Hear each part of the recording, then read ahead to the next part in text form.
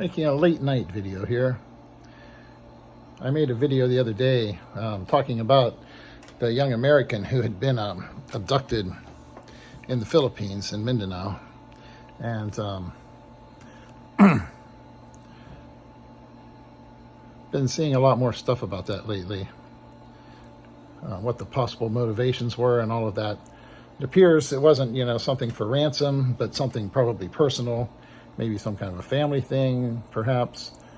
I've heard discussions about maybe a former fiance or something, maybe that his wife had supposedly been involved in an arranged marriage that she was supposed to, that was supposed to take place. And of course you hear stuff about maybe the guy was involved in, I guess lending money to people at extremely high interest rates, which is not unusual in the Philippines. There are a lot of people doing that kind of stuff. A British expat in the Philippines has made lots of videos about that. When your family members get involved in that, people roping in family members these high interest rate loans, and a lot of times maybe you're the one that ends up paying for it, But that's a big thing over there. There's always something like that going on between people. But Tim K made a couple of videos about this, and the one he had today was about showing respect for people over there, and especially in the East as opposed to the West. He talked about how in the West we have kind of like a guilt conscience, a guilt being used as a mechanism to keep people under control. The example he used about it seemed more politically motivated than an actual good example of how it's used, but still he contrasted that to like the Eastern world, where it's more about saving face, and your honor, as opposed to guilt. That there's a certain place for people, and part of that, you should know your place in that society. You look at rigid structures like in Japan and Japanese society, and the things as far as saving face. If you bring dishonor to your family, it's kind of like the whole idea of the samurai bringing dishonor to their master, and then committing ritual suicide. And you see, even with the kids, the pressure on kids to succeed in school, and kids killing themselves for bringing shame to the family. Whereas here in America, it's not so much a shame or saving face thing sometimes as it is guilt. And both of those things are mechanisms of control.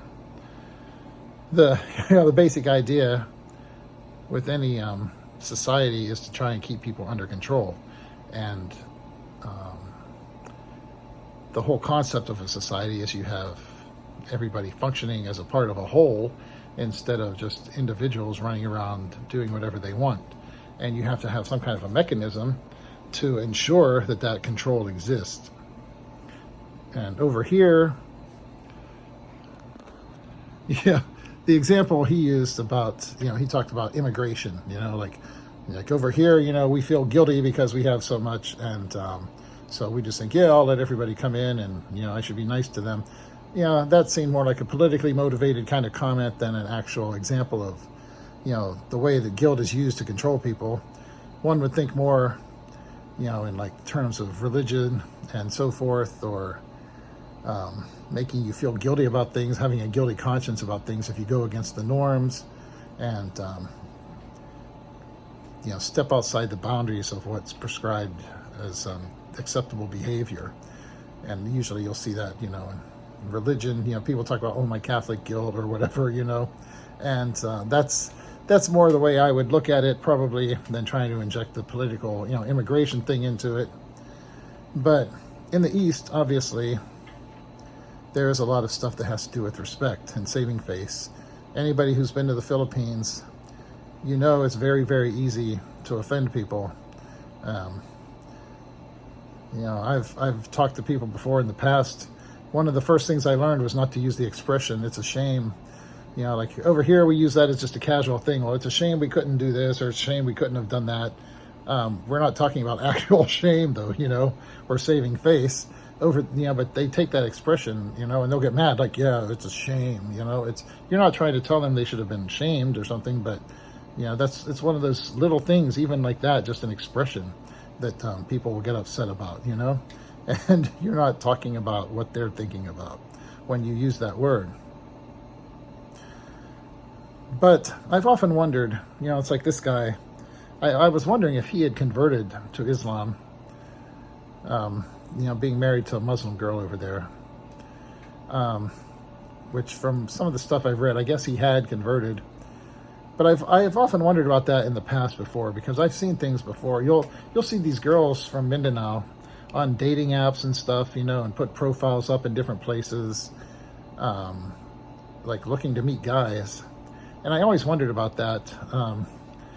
How does that go over with their family and the local society and everything if they're online trying to find some Western guy, you know?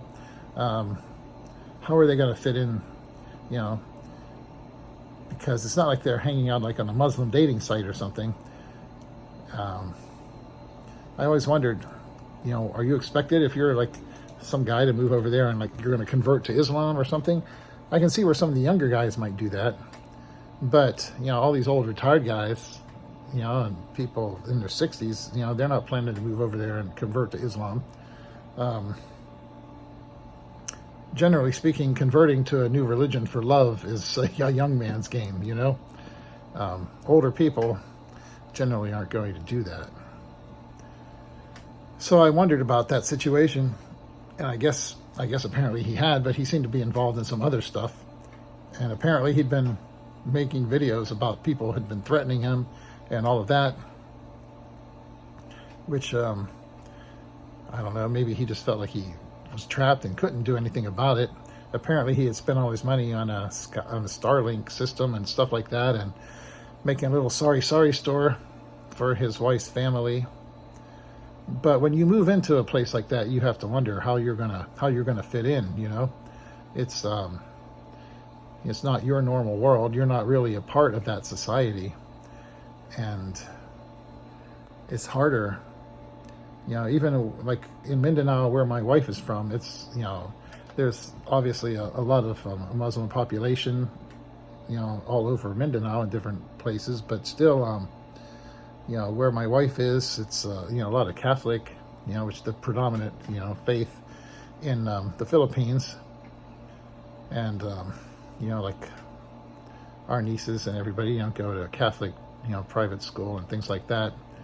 So it's not quite the same. But one of the things I wanted to, you know, bring up, in any society, people don't like when someone else looks like they're getting away with breaking the rules, you know? It's like, it's even here. It's not so much in America anymore, but in more traditional times, you know, 30, 40, 50, 60 years ago, there was more of that, I think, where even though there's always been a kind of like a romantic outlaw notion to people to getting away with stepping outside the boundaries of society, societal norms, you know, and doing what they want, and, you know, Robin Hood and bank robbers and stuff. People don't really like it when you're getting away with something that they can't get away with. You know, they resent it.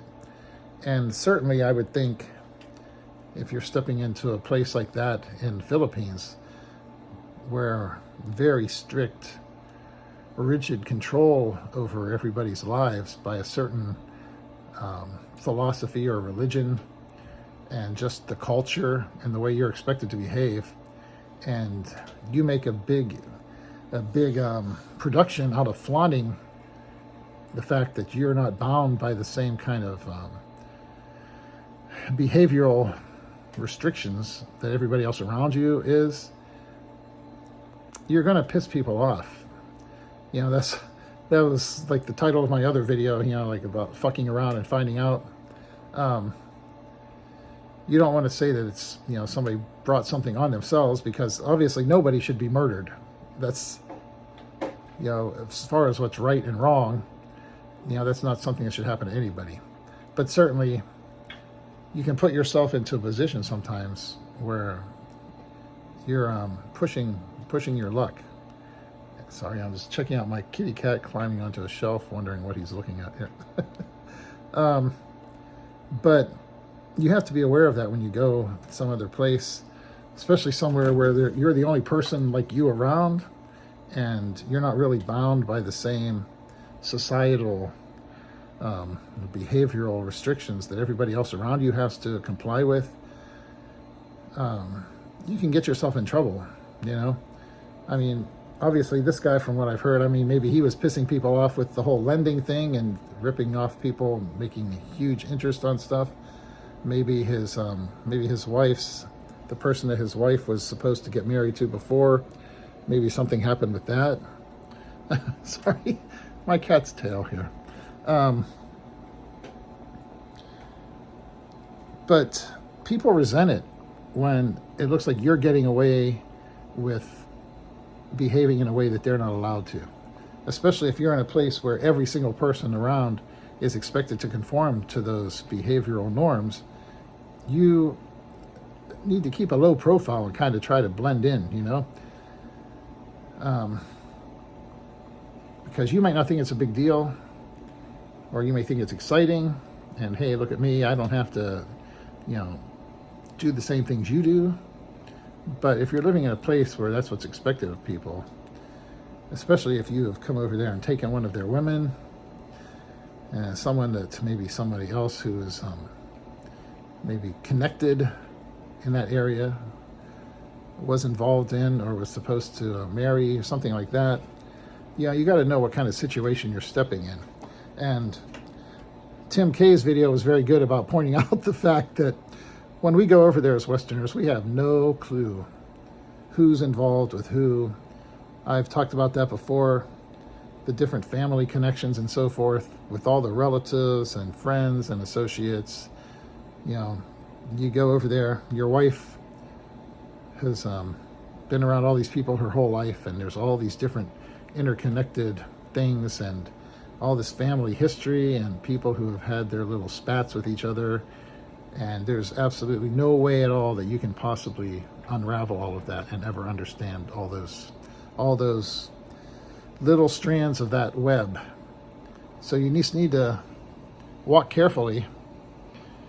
You know, you don't want to feel like maybe you're a slave to the situation, but you have to recognize that you're in a foreign country, in a totally different culture, even if it's not in a situation where maybe you're at risk of being killed or kidnapped, you know, over some, you know, religious war. You talk about, you know, like the clash of cultures and all of that between Islam and Christianity or whatever, the East and the West. But still, all the people around you are bound by certain standards and expectations, and they don't like it if you come in and try to make a big production out of being different, you know? As Tim K pointed out, you are different. You're never going to be a Filipino. There's this one guy that has a channel called Becoming Filipino, and he's made a lot of videos over there. You know, he's got his special clearance from one of the local imams or whoever that make him a Muslim, and like things are safe for him. He's like protected or something. Some of this stuff sounds warm and fuzzy when you see it on YouTube, but the reality on the ground is often different. But I think that's the important thing out of all of this, is that people resent it if you're flouting the cultural norms that everybody around you has to conform to. And it's just not a good thing to do.